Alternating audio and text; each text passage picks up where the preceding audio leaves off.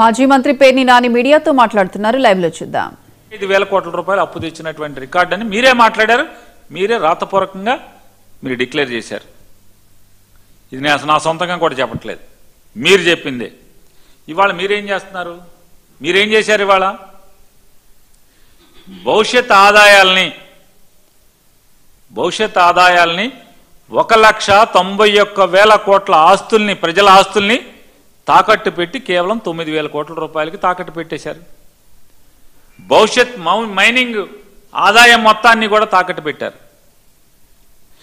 ఎంత అంటే దిగజారి మీరు దిక్కుమాలిన అప్పు చేశారంటే, ఈ 9,000 కోట్ల రూపాయలకి అప్పు వసూలు చేసుకుంటాకి ఫైనాన్స్ సెక్రటరీ గారి సంతకం కానీ, చెక్కు కానీ, అప్రూవల్ కానీ అక్కర్లేదు. ఫైనాన్స్ మంత్రి సంతకం అక్కర్లేదు, ఫైనాన్స్ మంత్రి అప్రూవల్ అక్కర్లేదు. ఆఖరికి ముఖ్యమంత్రి గారి సంతకం కానీ, అప్రూవల్ కానీ అక్కర్లేదు. క్యాబినెట్ కూడా అప్రూవల్ అక్కర్లేదు. క్యాబినెట్ కూడా అప్రూవల్ అక్కర్లా, గవర్నర్ అప్రూవల్ అక్కర్లా. సరాసరి మీకు అప్పు ఇచ్చినోడు, 9,000 కోట్ల రూపాయలు అప్పు ఇచ్చినోడు రిజర్వ్ బ్యాంక్లో మీ ఖాతాలో చేయబెట్టండి, ప్రభుత్వ ప్రజల జేబులో చేయబెట్టి తీసేసుకోవచ్చు, ఎవడి పర్మిషన్ లేకుండా. ఇంతకన్నా దిగజారు అప్పు చేసేవాడు ఎవడన్నా ఉంటాడా ఈ దిక్కుమాలిన దేశంలో? ఇంత దిక్కుమాలిన అప్పు ఎవడన్నా చేస్తాడా? మీ దిక్కుమాలిన ప్రభుత్వం కాబట్టి దిగజారి ఇవాళ ఇంత ఘోరంగా అప్పులు చేసేవాడు ఎవడున్నాడా? 1,91,000 కోట్ల రూపాయల ఆస్తుల్ని తనఖా పెట్టి 9,000 కోట్ల రూపాయల కోసం భవిష్యత్తు దాని మీద వచ్చేటువంటి ఆదాయాల్ని కూడా తనఖా పెట్టి తీసుకొచ్చిన చరిత్ర మీదైతే, మీకన్నా మోడీ చిన్నోడు అనుభవంలో, నితీష్ కుమార్ చిన్నోడు అంటారు కదా, వాళ్ళు ముఖ్యమంత్రులుగా ఎక్కడన్నా ఎప్పుడన్నా ఇటువంటి తప్పుడు అప్పు చేశారా అని అడుగుతున్నాను.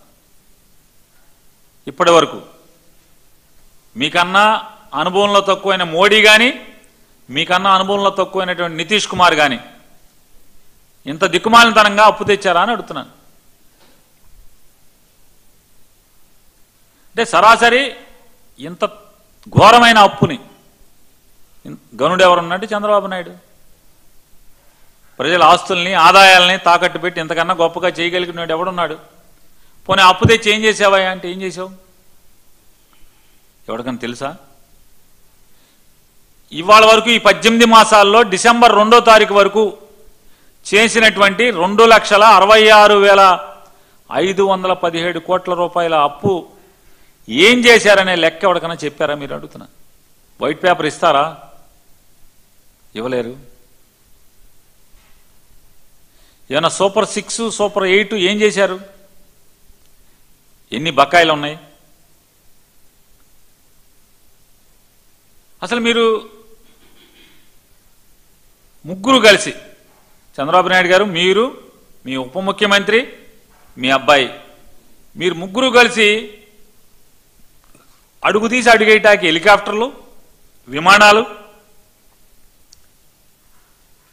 ఈ హెలికాప్టర్లో విమానాలు వేసుకు తిరిగి చెమటోడ్చి కష్టపడి 18 మాసాల్లో 2,66,517 కోట్లు అప్పు చేశారా? మీరే మాట్లాడుతున్నారు కదా, ఈ 18 నెలలు ఎంతో కష్టపడ్డాం మేము ముగ్గురు అని. ఏం కష్టపడ్డారు? అప్పులు చేయటాక, హెలికాప్టర్లు తిరగటాక, ఆఖరికి మీ ఇంటికాంచి గన్నవరానికి కూడా మీరు కారులో వెళ్ళే పరిస్థితి లేదా? మీ ముగ్గురు హెలికాప్టర్లు వెళ్తారు ఇక్కడి నుంచి గన్నవరం ఎయిర్పోర్ట్కి. గన్నవరం ఎయిర్పోర్ట్ నుంచి మీ ఇంటికి రావడానికి హెలికాప్టర్లు వస్తారు. ఆయన మంగళగిరి ఆఫీస్కి మీరు ఎక్కడికి వెళ్ళాలంటే హెలికాప్టర్లన్నా.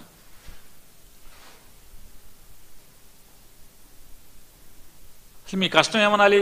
ఇంక గొప్పగా చేద్దాం, మేము ముగ్గురు తెగ కష్టపడిపోయాం ఈ రాష్ట్రాన్ని ఉద్ధరించటాకే.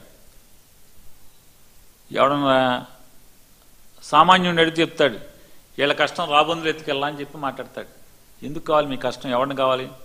ప్రజల్ని పీల్చుకు తింటాకి, పీల్చి పిప్పి చేయటాకి, ప్రజల రక్తాన్ని మీరు జుర్రుకుంటాకి తప్పితే దేనికంటున్నా మీరు పనిచేస్తున్నది ఏం చేశారు ఇప్పటి వరకు?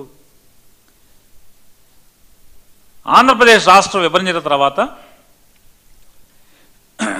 ఏంటంట ఆ 5 ఏళ్ళు 13.5% ఈయన జీడిపి అంట. జగన్మోహన్ రెడ్డి గారిదేమో 10.32% జీడిపి అంట. అంటే ఇతనికి ఏ లెక్కలు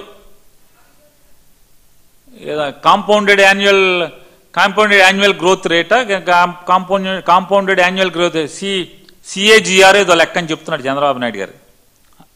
ఆ సిఏజిఆర్ లెక్కల ప్రకారం అంట ఆయనదేమో 13 చిల్లరంట, ఈయనదేమో 10 చిల్లరంట. నాకులాగా జగన్మోహన్ రెడ్డి గారు కూడా కష్టపడితే కనుక బోళ్ళ డబ్బులు వచ్చాయి అని చెప్పి మాట్లాడుతున్నాడు. అంటే నీకు ఎలా వెసులుబాటు అయితే అలా ఫిగర్లు తీసేసుకుంటావు చంద్రబాబు నాయుడు గారు.